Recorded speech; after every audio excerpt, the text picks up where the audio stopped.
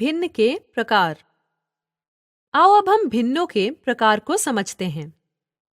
हमारे पास 3 प्रकार की भिन्नें हैं, जैसे 1/5, 2/5 और 3/5।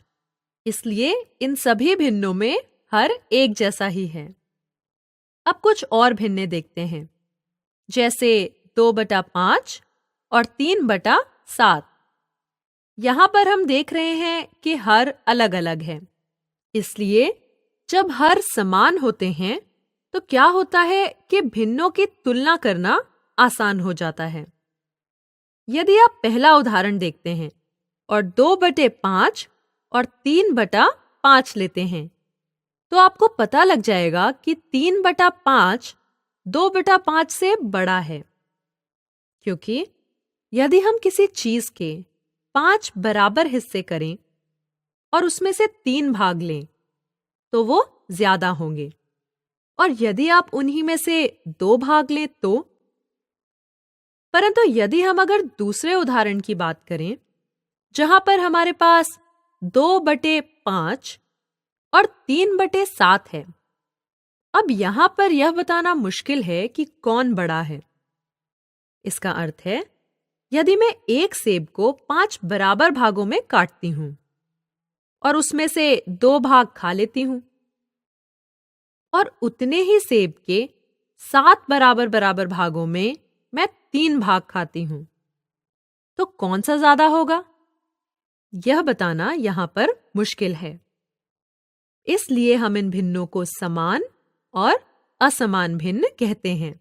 जिनके हर समान होंगे वो समान भिन्न हैं, और जिनके हर असमान होंगे वे असमान भिन्न हैं।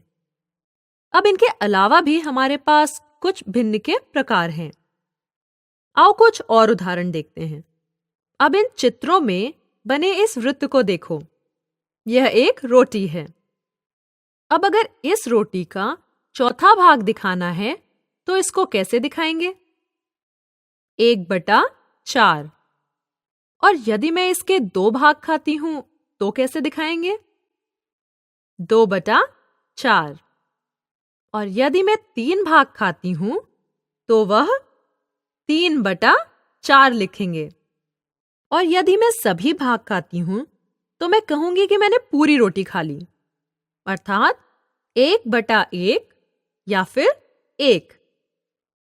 यदि मैं 1 से ज्यादा खाती हूं, मान लो मैंने एक पूरी रोटी खाई और दूसरी रोटी का 1/4 भाग खाया, तो मैं कहूंगी कि 4/4 1/4, यानी जोड़ने पर मैं कह सकती हूं 5/4। इसलिए यदि हम इन भिन्नों को देखें तो हम पहले 3 उदाहरण में देख रहे हैं कि सभी में पूरे भाग में से कुछ कम है। इसीलिए इस प्रकार की भिन्नों को हम उचित भिन्न कहते हैं। और यदि 4/4 और 5/4 की बात करें, तो इसमें या तो पूर्ण वस्तु है या पूर्ण वस्तु से ज्यादा, या हम कह सकते हैं कि 1 से ज्यादा है। तो इन भिन्नों को हम अनुचित भिन्न कहते हैं। इसलिए उचित भिन्न वे होते हैं जहां अंश हर से छोटा होता है, और अनुचित भिन्न वो होते हैं जहां अंश हर के बराबर या फिर उससे बड़ा होता है। अब हम उस भाग की बात करते हैं जहां हमने एक पूरी रोटी और दूसरी रोटी का 1/4 भाग लिया था। इसको एक बार फिर देखते हैं। हमें पता है कि यह एक अनुचित भिन्न है, परंतु हम इसको ऐसे भी लिख सकते हैं, जैसे 1 और 1/4, या फिर 4/4 लिखने की बजाय मैं 1 लिखूं। और यदि मैं ऐसा लिखूं कि 1 और 1/4, तो इसको हम मिश्रित भिन्न कहते हैं। इसलिए मिश्रित भिन्न पूरी संख्या और उचित भिन्न का योग होता है।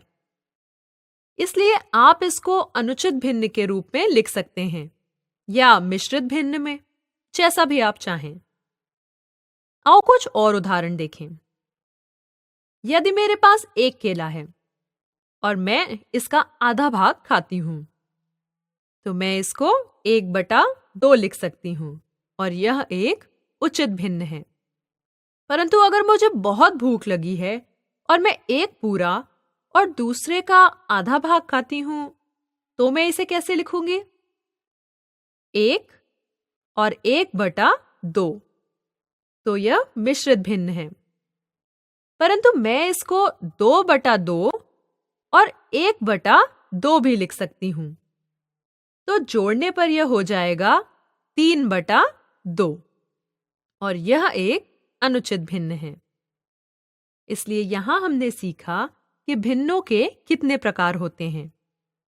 प्रकारों में जैसे समान हर और असमान, और उसके बाद अनुचित और उचित भिन्ने, तथा यह भी देखा कि अनुचित भिन्न को मिश्रित भिन्न में लिखा जा सकता है।